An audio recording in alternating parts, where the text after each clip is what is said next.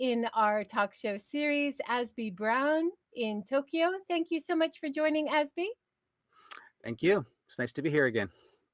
And in our initial talk, I believe, we did talk about SAFECAST, and today's talk is connected to your work with SAFECAST. We've also talked about your wonderful books on architecture and the Edo era lifestyle in Japan. You have a lot of different fields of expertise, but today we're talking about your work with SAFECAST and about the Fukushima Daiichi water discharge. Is that right? That's right. Yeah, there's a lot to talk about there. So, Yeah. So it'd be great if we can talk about some of the key issues, maybe make it a bit easier to understand. A lot of hmm it, of course, is very technical. Can you just start with like a general introduction about SafeCast and how SafeCast is involved in making this kind of recommendation or information? sure. Well, I think most of your audience knows about the huge disaster, the earthquake and tsunami, and then the Fukushima nuclear power plant disaster that began in March 2011. And immediately after that, my colleagues who actually began SafeCast were concerned about finding accurate radiation information. And I was in Tokyo, and Yokohama is where my home is at the time, and also was looking for information, trying to find out what's going on, because what we were seeing reported by government and media didn't seem to be complete at all. Lots of questions were remaining. There would be some spotty information about radiation, for instance, in parts of Fukushima, but we had colleagues who were measuring in Tokyo. And said, hey, there's a spike of radiation today. And this was not like reported in the media either. So we're saying, wow, is something being hidden, or is there a way to get good information? And ultimately, SafeCast was born from that concern. And after trying to just collect, information, aggregate radiation measurements from different places on the internet, uh, we decided that we would have to do the measurement ourselves, and invented a series of devices called the B Geiger, which stands for Bento Geiger Counter. And these paired a Geiger counter with GPS and data logging. So just by driving around with it or walking around with it, you can make a map of radiation. And this, really had a large impact. Immediately had a very large impact. Certainly, by the middle of 2011, it was noticed a lot in media and around the world. And by the following year, we had gotten about 1 million data points already, most of them in Japan. And the project just grew and grew and grew, and eventually became a large international citizen science project. And for us, a key point has always been that our data is open. Anybody can use it for anything, that our system designs, the hardware designs, the software, the mapping, all of that stuff is all open source. It's available for anyone. And we believe that's the best way to foster innovation and also to foster participation. So anyone who has a question about, well, where does this data come from? How do they figure this out? How's this calculated? Anybody can go and look at our, the information we have about the system, and find out for themselves. And you, basically, they don't need to take it on our word about any of it. They can find out for themselves. So this is, what SafeCast began doing, really was about measurement. And we now also have a large air quality program, a new line of sensors that we launched a few months ago, back in March, at the 10th anniversary of SafeCast and also the disaster. So we have, a lot of air quality data now as well. But we soon found that a lot of what people needed was help understanding the issues, help understanding what the numbers mean, what's normal, what's abnormal, at what point should they start getting worried, et cetera. So the educational side, the outreach side, and the research side ended up taking, a larger, proportion of our energy and effort. And my role is the lead researcher. So I've been studying many issues regarding the Fukushima disaster, environmental radiation, certainly ocean issues, certainly this water issue for years, and commenting on it. While you were talking, I was showing the SafeCast website right now, and that is all open source data. If you look at safecast.org, Hmm. I believe, or SafeDesk, what is the URL? Safecast.org. Dot Yes. org, yeah. Mm-hmm. And you can see not only what we're talking about today, the PDF report with all the links, but you can Hmm. also see the map of all the Right. data, right? Right. But you Yes. don't have any reporting from the ocean, which is kind of connected to what we're talking about, right? Just on Well, land. here's the interesting thing.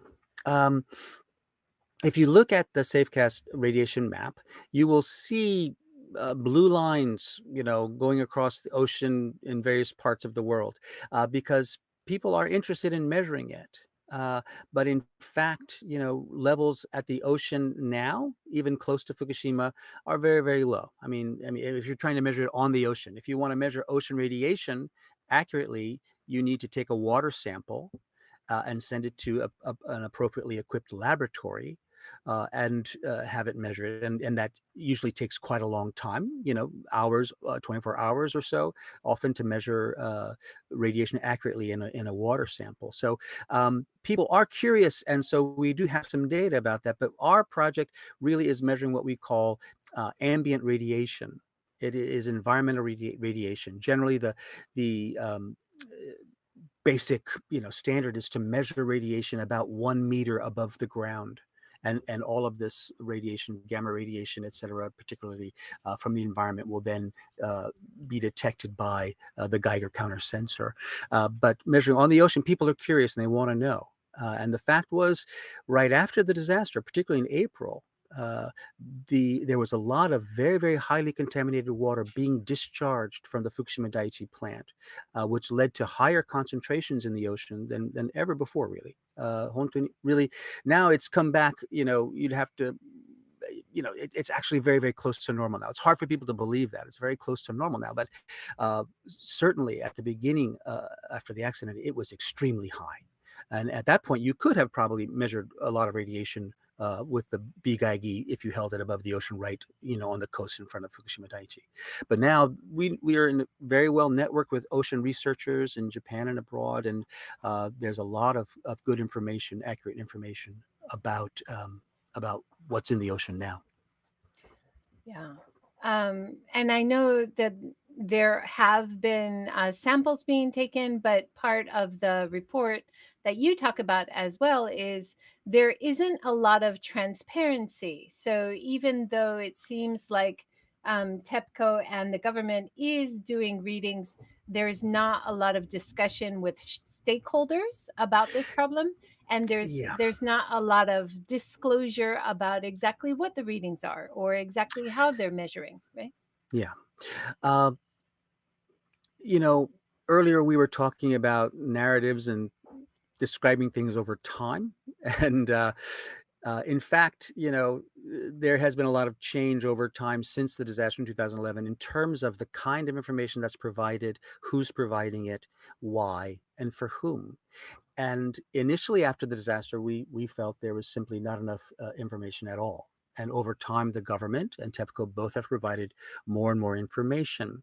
But we believe that it's important to have independent third party confirmation of all of these kinds of measurements. And that's what SafeCast's role is. Certainly, in the case of ambient radiation, what we measure above the ground, which we can map with our BGEIGs, we consider it to be a very important independent measurement. And I think that's been accepted over time by the major agencies, by the IAEA, by European agencies, by agencies in the United States. They understand the role and the importance of what we're doing, and a lot of that is a social need for information. I mean, there's a scientific need. The scientists, if they have this data, they can figure out what's going on, but the public needs to know, and they need help with making their own decisions. So there is a lot of information, but not enough independent information, and especially about some crucial things. And we're talking today about this water that has been stored on site in tanks at Fukushima Daiichi.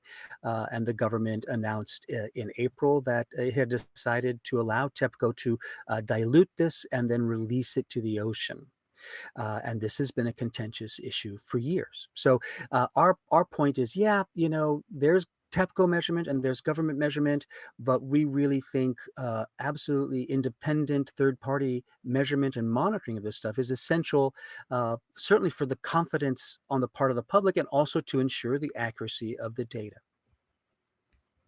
Yeah, absolutely. We'll talk about more of the key points in a second. We Hmm. have a question from Wendy on Facebook. Have you worked with educators to develop lessons for students? I would love to collaborate with Hmm. something along those lines. Also, can we get the bento Geiger counters? Can they be borrowed? Can they be bought? I think Great questions, Wendy.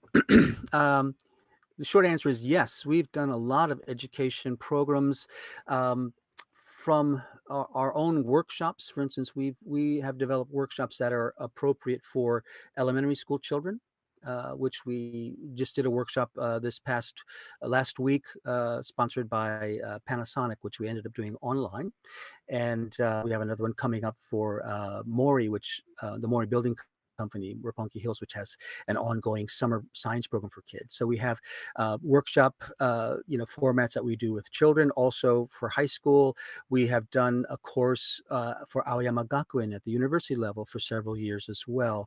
And a few years ago, we worked with an educational consultant from the United States who was developing science education modules, STEAM education modules, and we worked with them to develop modules on radiation. So the short answer is yes, we've done a lot, and we think that's one of our skills now is actually education for that. Happy if you want to collaborate. Maybe we can talk about it. We when we haven't had face-to-face workshops since before the coronavirus outbreak, but when we do those, especially, we need help, and maybe that's something you want to think about.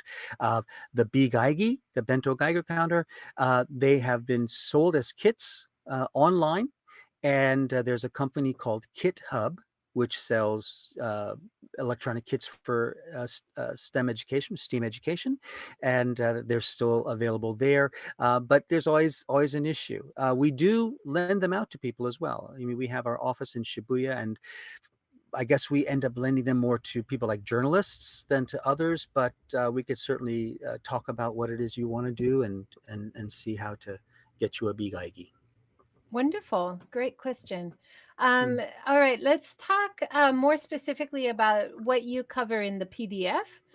So, no Mm. trust without transparency. Mm. So, the crux of the problem, as you've seen from your research, and you've been writing about this with Japan Times and on SafeCast well before now, since Yes. 2018 in the pre stage, right? Yes. Yeah, this issue of transparency, as I mentioned, for us, it's central openness, transparency. If anything, uh, our major, the major thrust, our major concern, what we're trying to accomplish in the world is to uh, persuade people, government, institutions of the importance of transparency. And uh, so many institutions and governments, they just seem to be allergic to it. There's concern that if information gets out, then they'll lose control, or it'll open them up to criticism, et cetera. But for something like the Fukushima disaster, we think it should be clear that it's absolutely essential. And the big problem for Fukushima has been trust. And as I was mentioning early on, um, basically because of the missteps of government and TEPCO, they lost trust very early, within weeks of the disaster. I mean, especially if you were here at the time, or even people around the world. The disaster is happening on Saturday the 12th, everyone's saying everything's fine, it's going to be under control, it's concerned, but it's under control. And the following day, boom, reactor explodes on global TV. And it's like, well, you said everything was fine. So this was shocking. And then after that, so often the official spokespeople would be giving contradictory information or incorrect information or downplaying the seriousness of the disaster. So this all of these things destroy trust, and we say that trust is not a renewable resource. Once you lose trust, it may be impossible to get it back. And for us, we see the SAFECAST project as a trust building activity, as a trust building project, and the trust has to come from citizens towards each other. And if what the citizens are finding with their own measurements and their own information, if that matches what the government says, then they will trust that government information more as well. So it should be seen as a win-win. If the government is not trying to conceal anything, if they're doing their job right, they should have nothing to fear. And we find a lot of support for this idea. Again, in these international agencies that we participate in, workshops and conferences and meetings, et cetera, we find a lot of support for that, at certain strata, but yet it's not been made into policy. So the water issue, maybe I should sort of give a brief summary of what the whole problem is. I think not a lot of your viewers know, Yep. but That maybe that not would be everyone great. does. Yeah. Just can I just touch on that trust issue Yeah, a little bit, because we mentioned stakeholders, and one of the key stakeholders and the IEA, the international body that oversees IAEA. Yes. IAEA, Hmm. also says that one of their reasons to say this plan is okay is if there is communication with stakeholders. And when we're talking about stakeholders for this issue, one of the problems with trust has been the local fishermen were not Hmm. told when water has been released before. And Mm. so that already in the past has developed kind of a mistrust from maybe the key stakeholders, the local people, the local fisher people. Yeah. Uh, One of the big questions is who is acknowledged by, let's say, government or TEPCO as stakeholders? And of course, government is a stakeholder, TEPCO is a stakeholder. They understand that the fisheries, the fishermen's cooperatives are also stakeholders. They understand that the local population are also stakeholders. But really, uh, stakeholders in this case are actually global. Almost anyone who can be impacted by it or who could be impacted by the precedents set by decisions made regarding Fukushima. And this is one of the things we're trying to point out. It's Yeah, the IAEA. I mean, we don't want to jump ahead too much, but when the plan was announced by the Japanese government in April that they would approve this dilution and discharge plan, and again, this had been talked about for years. The IAEA, I think back in 2013, actually said you should think about diluting this and having a controlled discharge. Otherwise, you're going to have to deal with this water, and it could be a bigger risk by keeping it in the tanks. That was something 2013. So these ideas have been, you know, discussed for years, and we felt, and as you mentioned, I did a lot of writing about this before, an extensive report, basically 2018, a brief sort of op-ed for Japan Times, and then a much more detailed technical report on the SafeCast blog about, well, what are the issues here? They say it's got tritium, and what do we know about tritium, and what's the scientific consensus? So we discussed this a lot, but shortly after the Japanese government made their announcement in April, the IAEA Director General said, yes, we think it's a good idea, and we're going to help them, to make sure that the monitoring is done well before, during, and after, et cetera, et cetera. And the United States State Department also made a similar statement. We think it's great, and we appreciate the transparency that they're showing, et cetera. And our reaction is, well, is there really enough transparency here to compliment in that way? Because we would say that before the decision had been made or approved, all of the detailed plan, the technical plan for diluting and releasing this water should have been made public, should have been debated. These conversations should have involved the broad spectrum of stakeholders, from local residents to even neighboring countries, some of whom, Korea and South Korea and People's Republic of China, immediately protested the decision. They should have a say to some degree, as would other countries on the Pacific Rim. Uh, and so there was no technical plan and no monitoring plan. There should have been a very clear, detailed, and we say inclusive monitoring plan that would include independent bodies, maybe SAFECAST, although, like I said, we're not really so well equipped for measuring water. But there's lots of laboratories, university laboratories, and also citizen run organizations around the world that do have that competency. So this should have all been in place before any official body or government said, yes, we think it's fine. But they basically said, yes, we think it's fine. And if you look, and I point this out in our report, if you parse the diplomatic language, and this requires a certain kind of antenna, it's when they say we are confident, actually, we're confident that we will see further transparency, or this kind of language, which is kind of like saying you better be transparent. You better make sure that you're doing this transparently. So these are all issues that are connected with the response. But we think, you know, a lot more information, a lot more detailed technical and plans for the release itself, and also for the monitoring itself should have been in place. And we stress that it's important. We think it's essential that the monitoring plans include as many independent bodies as possible. And that it can't just be window dressing.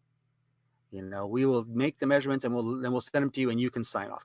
That's not what we want. We want real involvement in actually deciding what needs to be monitored, how often, and who gets to approve or reject those measurements. So this is a big issue, and it's a little unprecedented, not totally unprecedented, but it's a bit unprecedented. And I'll point out that in the case of the Le Hague, the French nuclear facility that has been pumping lots of tritiated water, tritium, into the English Channel for decades. There is a citizen-run organization called ACRO, which has been centrally involved in the monitoring, as a citizen civic society stakeholder. And there is precedent for that. But we find, we're afraid that government and TEPCO will just say, oh, well, we'll have this local laboratory that we know, and they're probably on our side, and, actually we're paying them or something. So that's the kind of thing that will try to be passed off as transparent. Yeah, it's the really disturbing lack of community engagement, lack of stakeholder engagement Yeah, outside people that already agree with you. That is yeah, the worrying part. yeah, yeah, Let's talk about the tanks themselves, the choice yeah. to store them as is, the current problem. It's they're going to be full by next summer. That's the pressing issue, right? Yeah. So to go back to the beginning, and I just want to point out, we should talk more about the fisheries cooperatives after this, because they're crucial and they have, very important input. Um, the big problem is when the Fukushima nuclear power plant was built, when the construction was decided, and this was decades ago, 1970s, basically is when it's in the peak of construction, it was on a cliff. The site is actually a cliff to the ocean. And it was decided by the engineers and approved by the government regulators, et cetera, that they could cut this cliff down to bring the nuclear power plant closer to sea level, to make it easier to pump the cooling water, et cetera. And that was, kind of what we'd say a technocratic decision.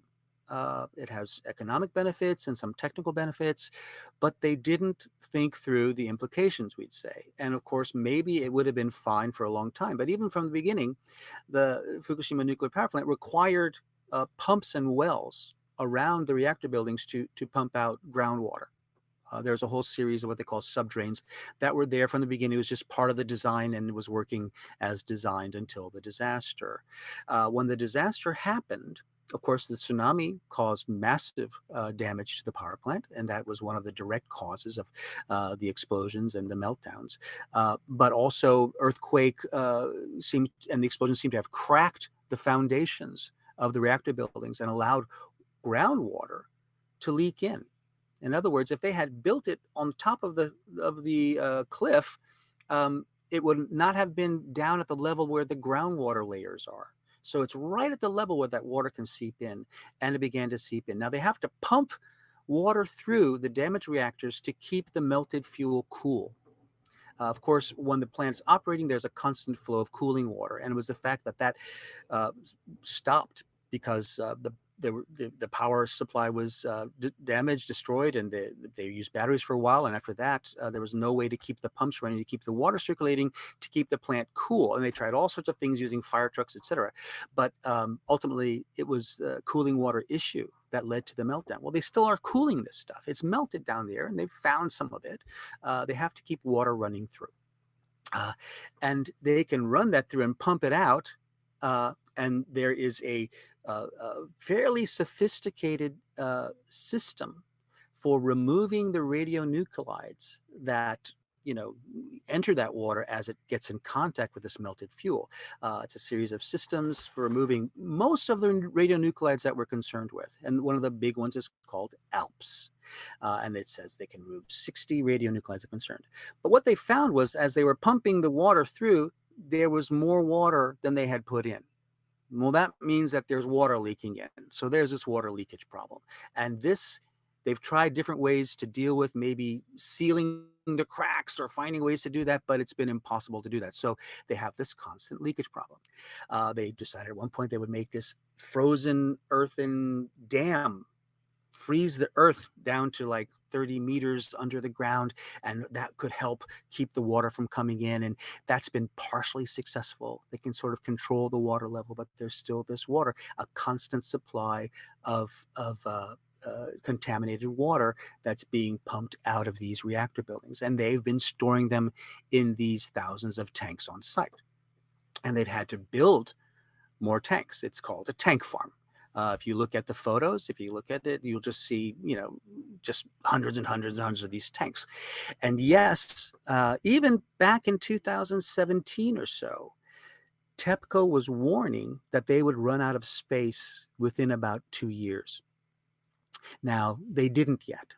And last year, at the time of this decision, and this year, they're saying, yes, we will run out within about 2 years. So we have to do something very soon.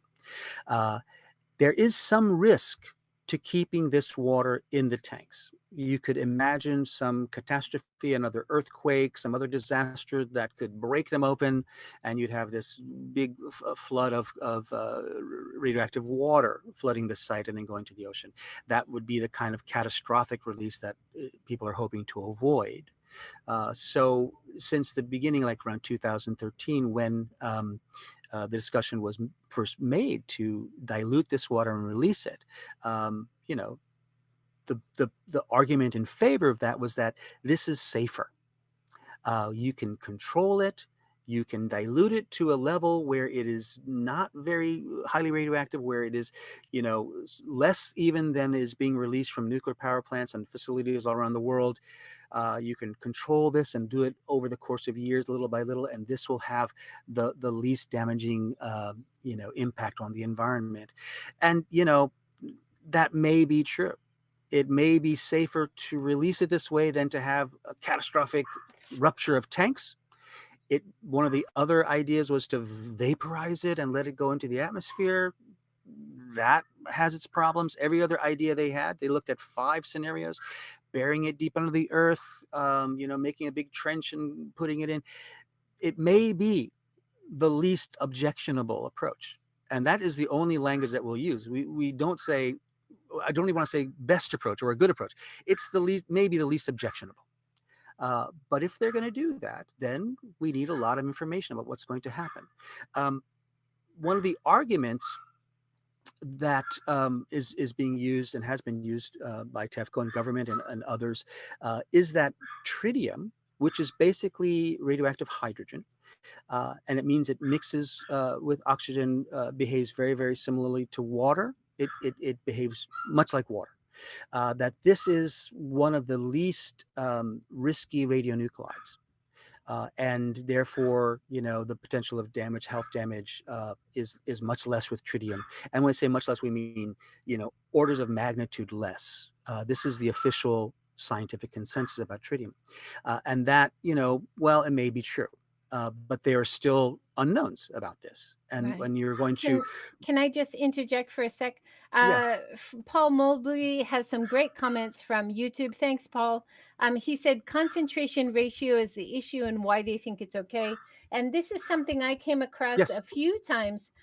People often say it's been a common practice in nuclear power plants to release contaminated water at certain levels, but the usual habit, the usual practice is 1.5 to 2 trillion becquerels per year. And this plan is 22 trillion becquerels a year. So 10 times the amount over 30 years. It's very different from usual practices at a non damaged nuclear power plant, as far as I can work out. Is that right?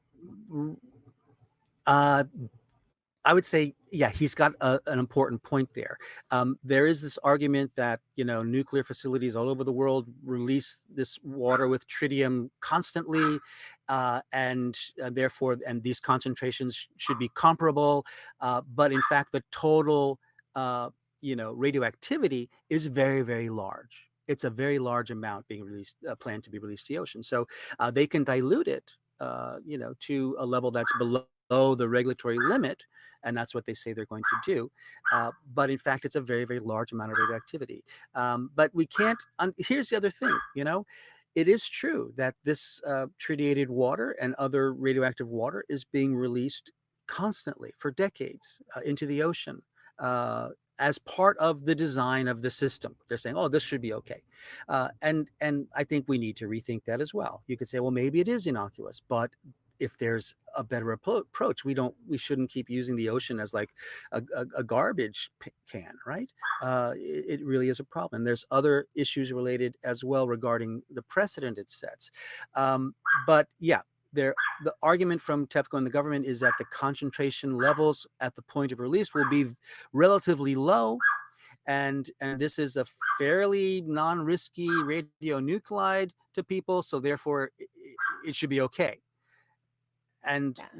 Let's let's you just can find a lot of yeah, comments from people supporting this who say, right. yeah, there's no problem, it's safe, there's no problem, why is anybody complaining, right? But And we're it's saying, hey, it there's a lot of goes issues still. yeah, it goes to your argument too of setting a dangerous precedent that if Japan and talking about the IAEA, the Mm, way they monitor is very honor system based and yes, very, very different from other situations. And if Japan sets this precedent of just trust us, we're going to do it, and just trust us that we're going to do it fine, then there's no stopping other countries from doing the same thing, right? right, right.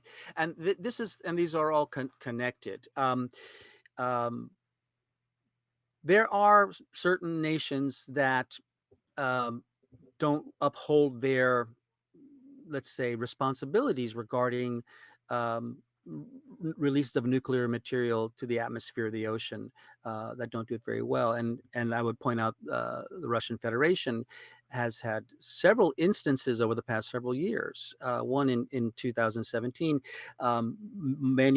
almost every national laboratory in Europe detected ruthenium, sort of a radioactive, in a radioactive gaseous form, and they said, "Wow, well, where's this coming from? This is not normal." And they could analyze it and trace it back. So it looks like it came from Russia, from the Ural Mountains, but Russia said, "Nope, not us.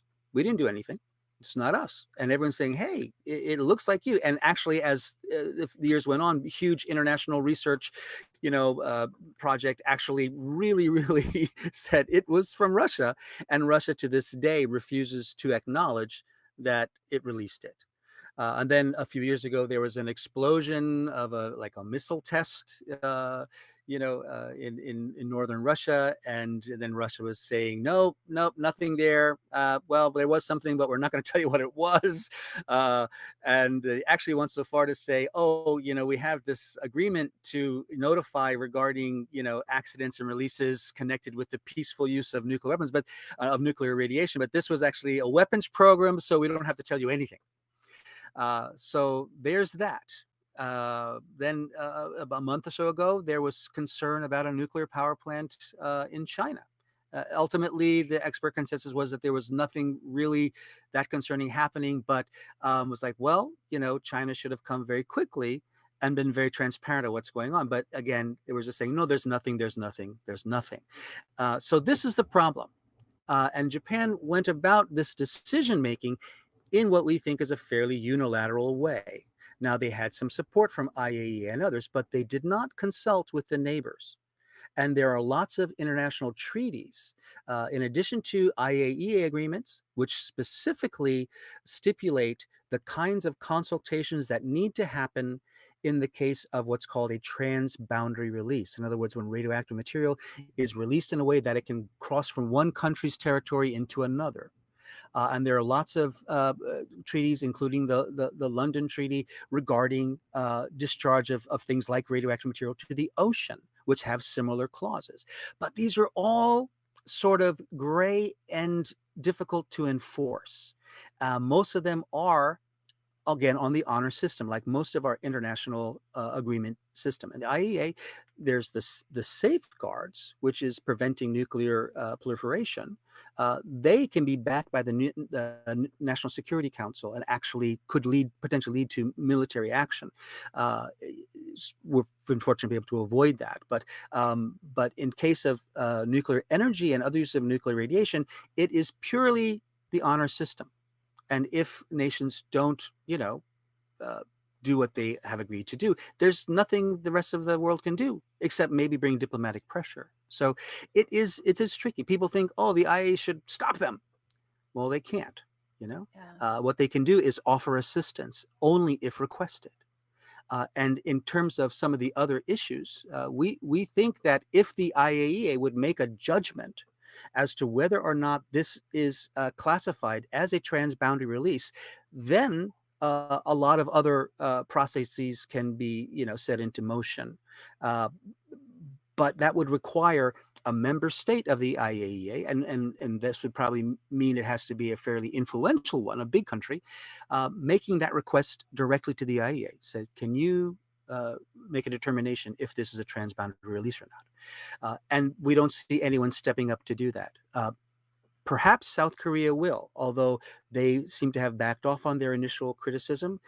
The People's Republic of China might be in a position to do that, and I think they are the least transparent nation in the world. I hate to say that they, have maybe agreements and law on their side, but they could be in a position to do that. It could be beneficial if they did. But that's a sort of decision that has to be made.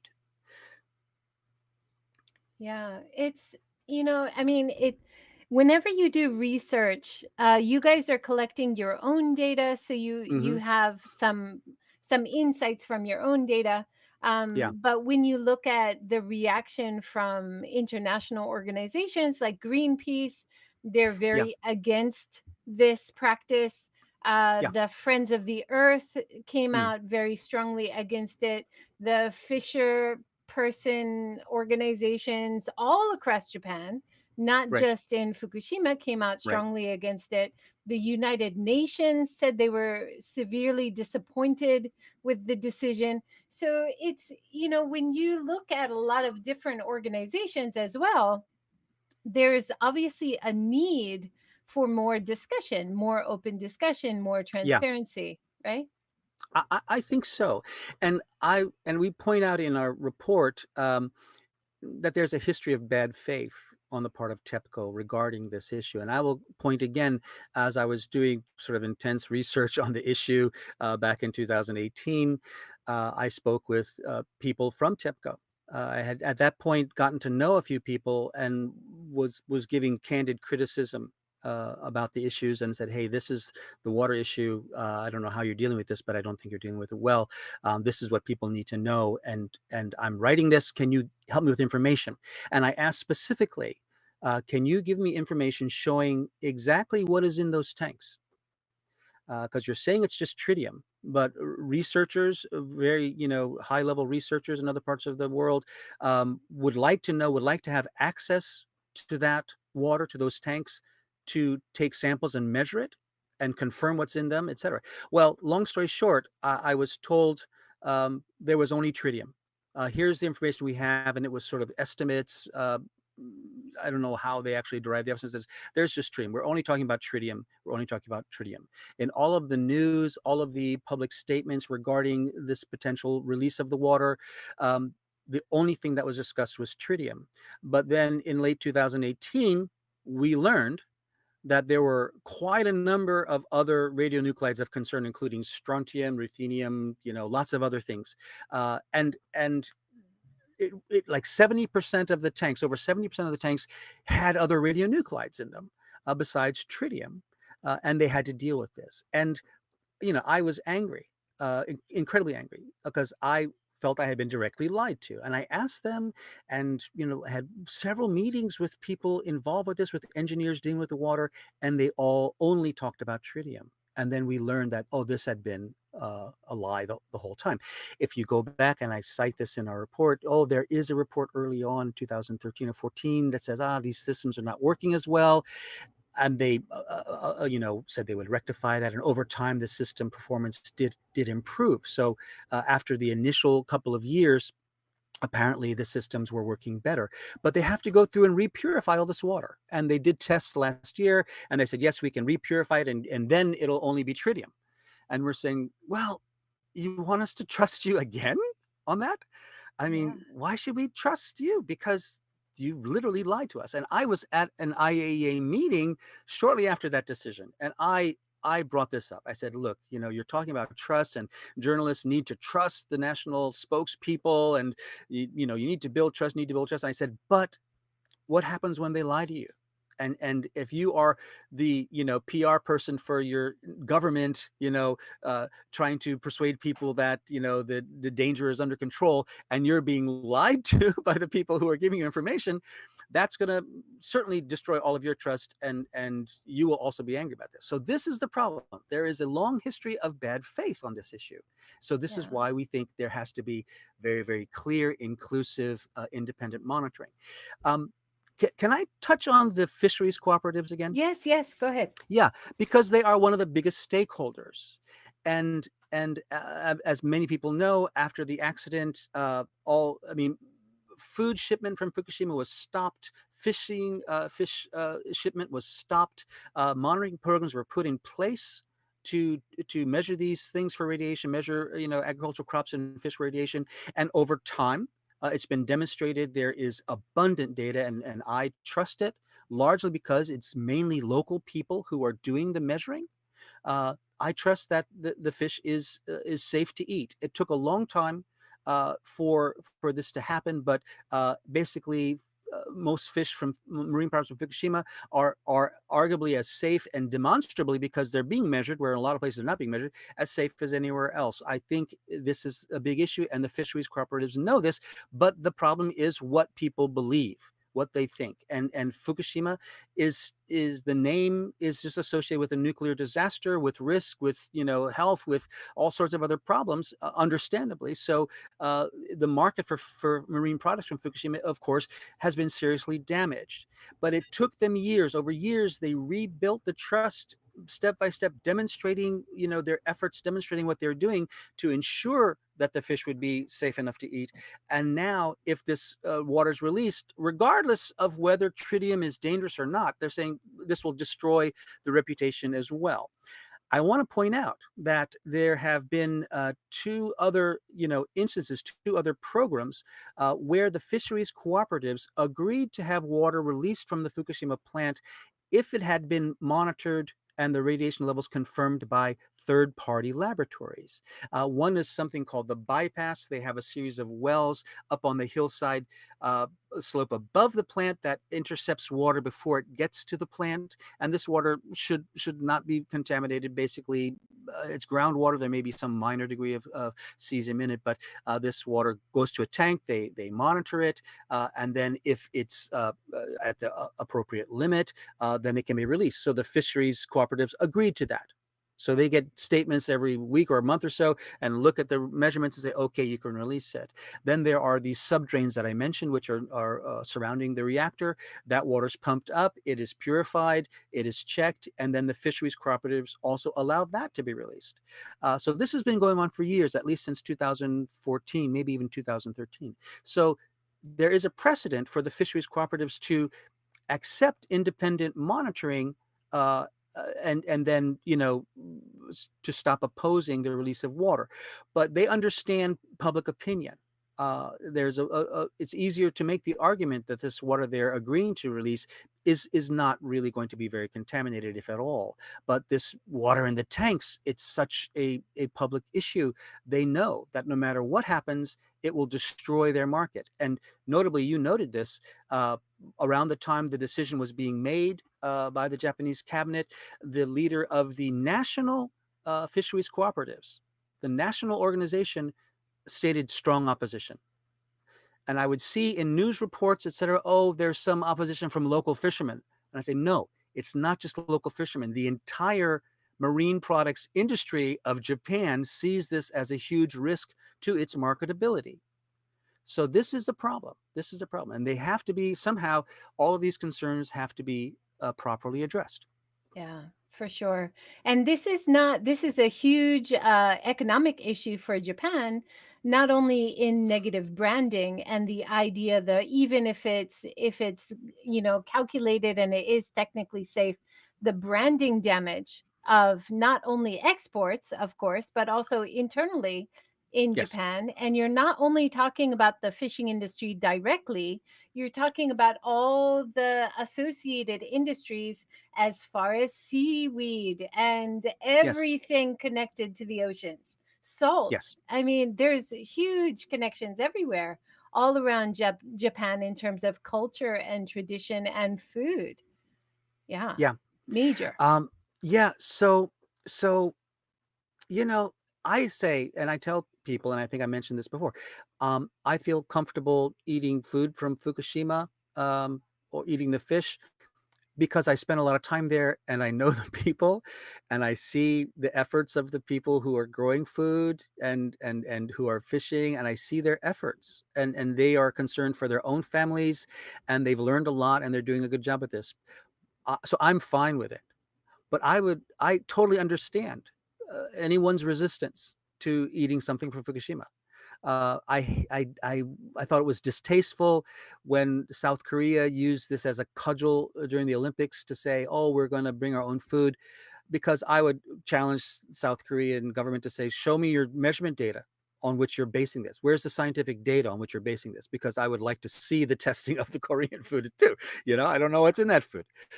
So, but only because I've spent the time to get to know the producers and the testers and to see how it's working, that I feel comfortable with that. But I totally understand people's resistance to it, and the Right. fishermen, the cooperatives themselves, they really see this as a potential fatal blow to their entire livelihood and centuries of, fisheries in Tohoku.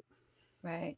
I think there is an underlining distrust of the system as it's been run from TEPCO, which was bailed out by taxpayers, but Mm, still it's run like a business. And it mm, seems like in many parts of the process, the profits given back to shareholders takes more emphasis on the process than what benefit or negative consequences there will be for normal Japanese people who are actually paying a lot of money to this right. company, right?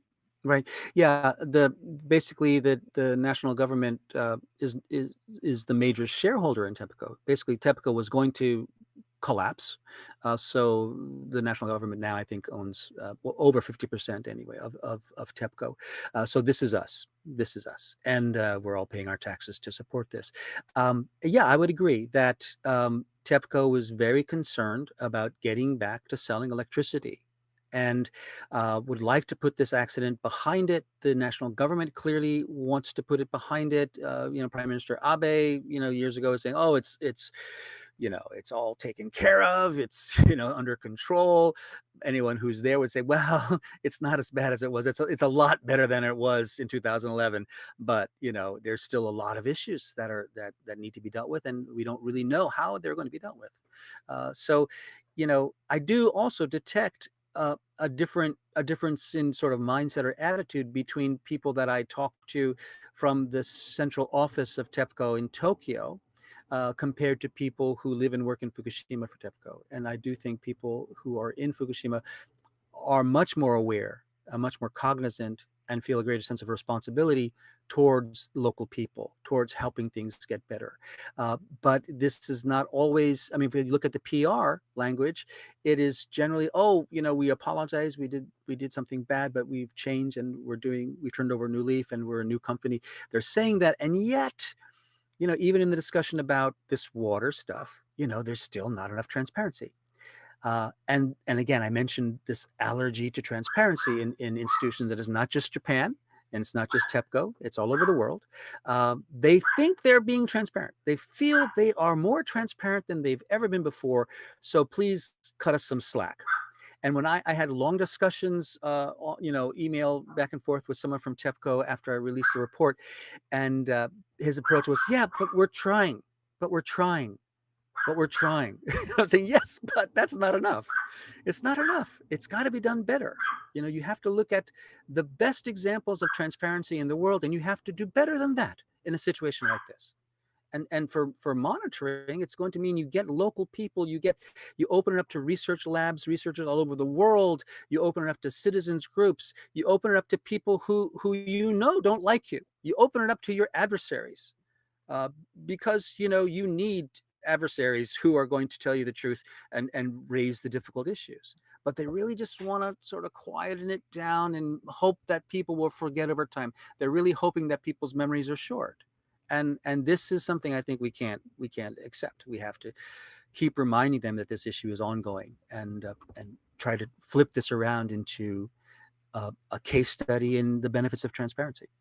Absolutely. And your report does such a wonderful job of going through all the issues step by step, addressing what the concerns are, what the actual information has been, giving links to things that they've actually said at TEPCO, and checking that information Yeah. with what is actually happening, saying that they're open to talking to stakeholders and open communication with the community, but then closing access to even having discussions with local stakeholders. So Well, they're what they say and what they do is not consistent, and mm. that needs to be discussed, Well, look, right?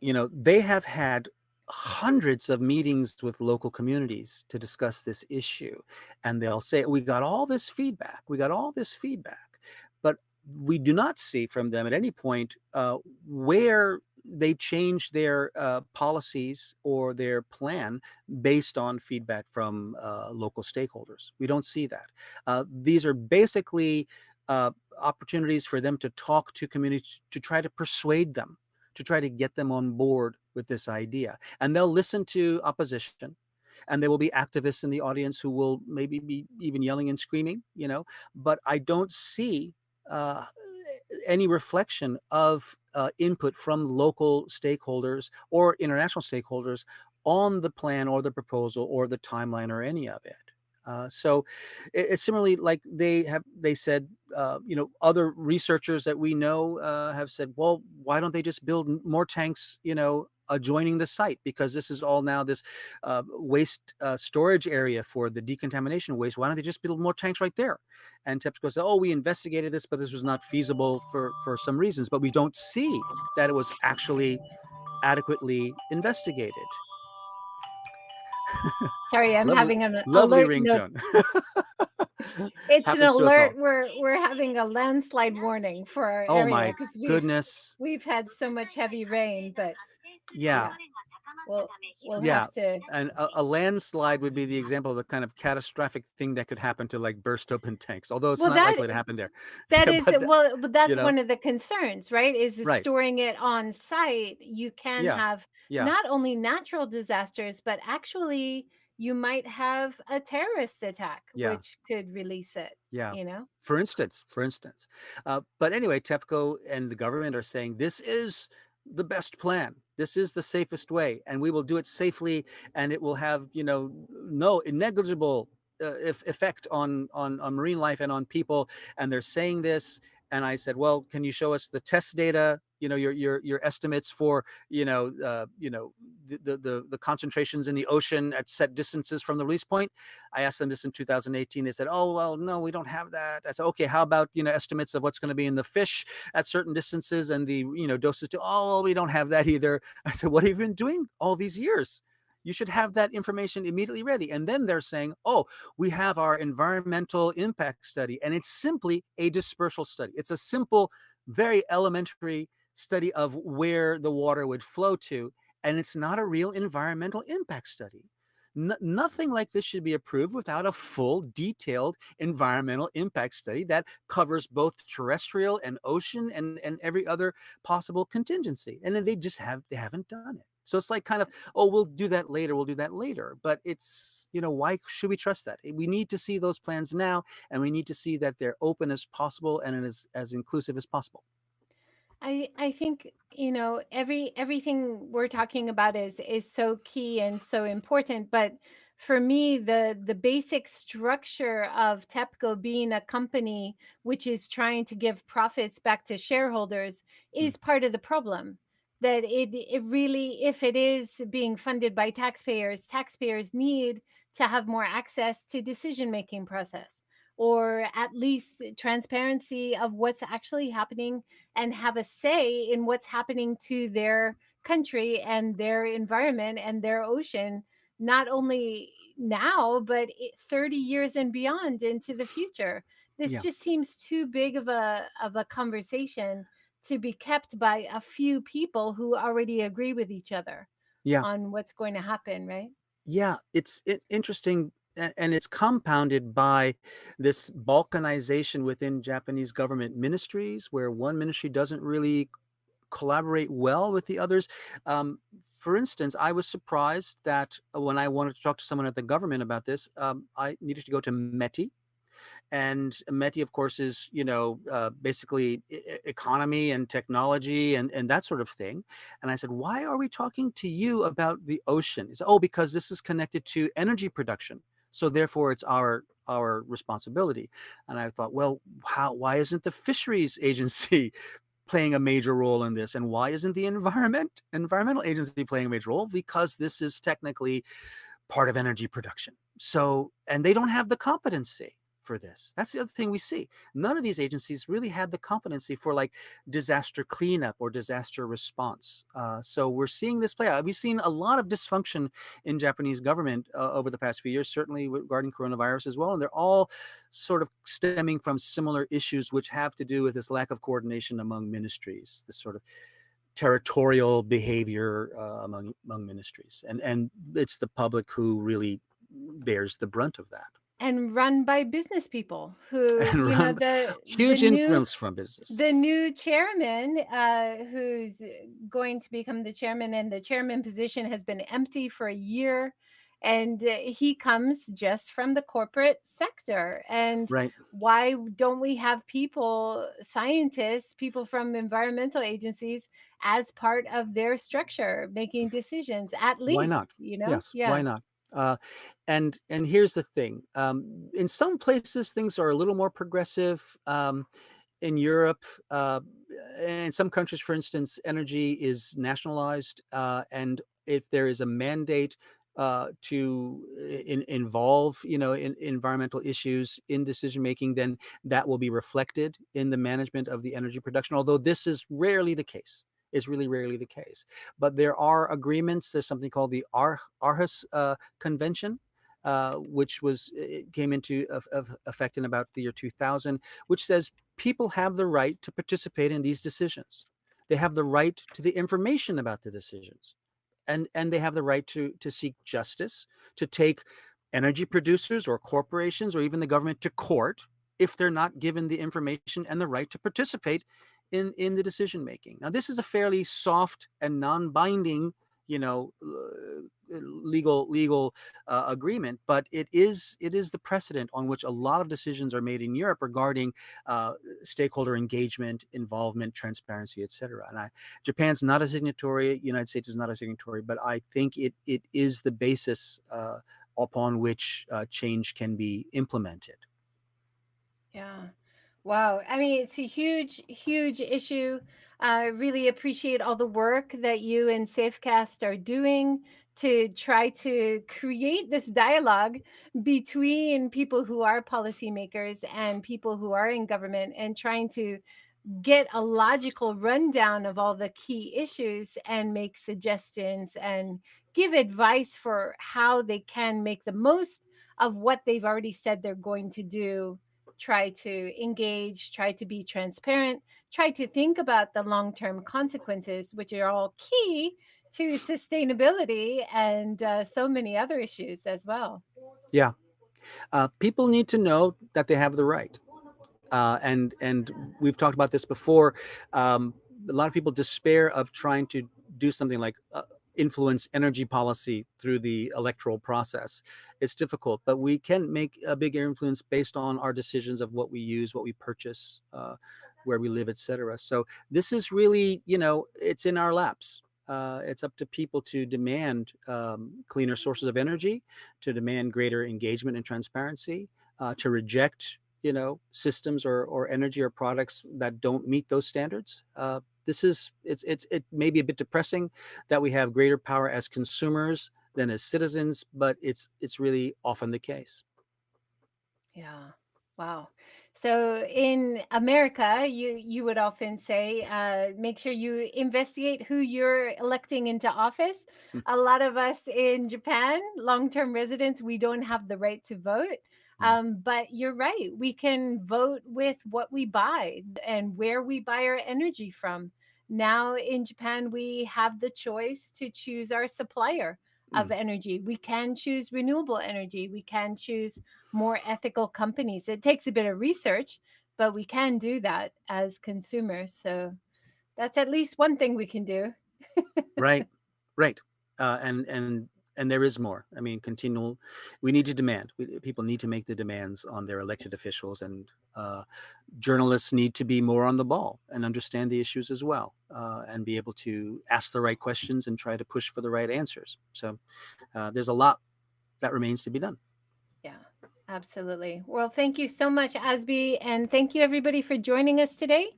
And definitely have a look at safecast.org and read through this wonderful PDF, which is very clear and talks about all the key issues here. And we appreciate all the wonderful work you're doing, Asby. Thank you. Keep it up. Thank you. Thank you. I look forward to talking to you again sometime soon.